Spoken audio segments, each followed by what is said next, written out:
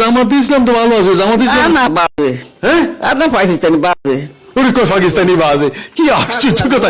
হ্যাঁ কথাবার্তা ভালো লাগে না, হ্যাঁ ওদের কথাবার্তা ভালো লাগে না। জামাত ইসলামের কথাবার্তা ভালো, কিন্তু আমরা হোলা জীবন দিয়ে লাইছি জামাত ইসলামের নামে কোন কি? আমরা একটু বুঝ কম। আমার মা বলে আমি জামাত ইসলামকে সাপোর্ট দিয়েছি, আমার বুঝ কম, কিন্তু আপনি কি জানেন বুদ্ধি কম আমার ছেলে, নত কেউ দিত না। আশ্চর্য কথা, আমরা হোলাইন উগ্র তো আওয়ামী লীগ করে না, আমরা হোলা উগ্র হোলা। হ্যাঁ আগে সৌদি গোষ্ঠী সবাই আওয়ামী লীগ করছে, আমনের গোষ্ঠী আওয়ামী লীগ করে, কিন্তু আমার বাবার গোষ্ঠীতে কেউ আওয়ামী লীগের নামও শুনতে পারে না। সে আপনার ওকে আপনার পেটে যত সন্তান ধরেছেন একটা সন্তান আওয়ামী লীগ করেনি আপনি? না সবাই ভালো করে বুঝায় না, বুদ্ধি মাথা খরচ করে ব্রেড খরচ করে।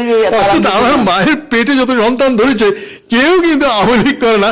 উনি বলেছে ওনার সন্তান সবগুলো স্ক্রু ঢিলা, সবগুলো নাকি মাথা হালকা। আমার 14 গোষ্ঠী সব আওয়ামী লীগ, আমরা আওয়ামী লীগে আমার বাপ ভাই। তাইলে আপনি আপনার পেটে ধারণ করা প্রত্যেকটা সন্তানেরই মাথা একটু, তাহলে বুঝতো না তো বুঝতো, বিবেচনা করছে সবাই নাম লেখছে, লিখিত কোনটা কত ভাই।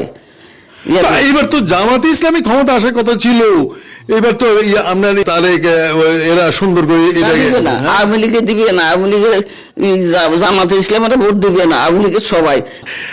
বন্ধুরা আমার মা কিন্তু একেবারে বোনাফাইড আওয়ামী লীগ। মাকে পাশেই বসালাম। আপনারা অবশ্যই জানেন আমি আমার মায়ের সর্বজ্যেষ্ঠ কোনো শব্দ না, প্রথম সন্তান। আচ্ছা আমি একটা প্রশ্ন করি আমার মাকে, আচ্ছা আম্মা আমি যখন জন্মগ্রহণ করি তখন আপনার বয়স কত ছিল? 19 বছরের মেয়ে, 19 বছরের, কিন্তু আপনার বিয়ের বয়স 14 বছরের। 14 বছরে বিয়ে হয়েছে। আপনি চিন্তা করুন তো, এখন থেকে সেই 54 সনে না? আমার মা 54 সালের 7 জুন, 54 সালের 7 জুন আমার মা এত হুবহু মনে আছে। হ্যাঁ মনে আছে।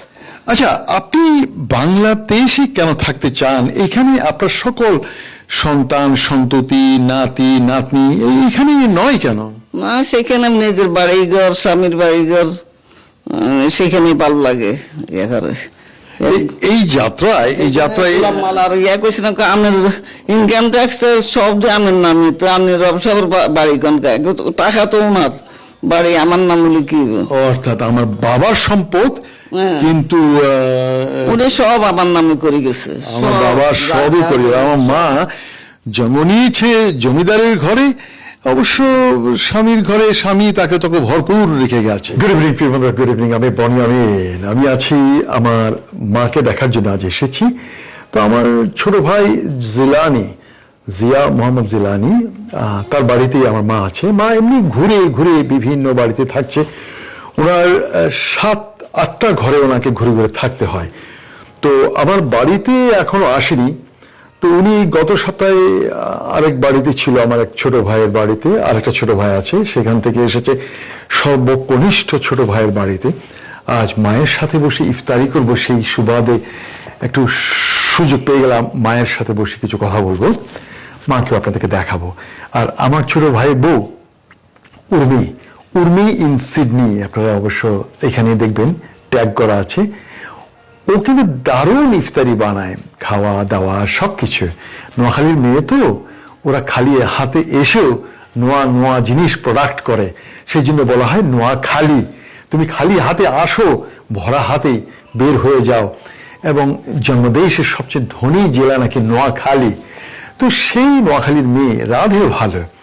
দেখতে পাচ্ছেন কত পদের রান্না টেবিলে ছড়ানো, দেখতে পাচ্ছেন পেঁয়াজু, যে এদিকে আরো অনেক কিছু আছে। বেগুনি নেই, কিন্তু বেগুনিকে আমরা দিল্লি পাঠিয়ে দিয়েছি, বেগুনি ওখানে কোমরানি হিসাবে আছে। কিন্তু ওই কোমরানির যে একজন সমর্থক, জেনুইন সমর্থক, দ্বিতীয় কোমরানিকে এখন ধরবো আমার মা। উনি কোমরানিকে খুব ভালোবাসতো, তো কোমরানি চলে গেছে সেখানে।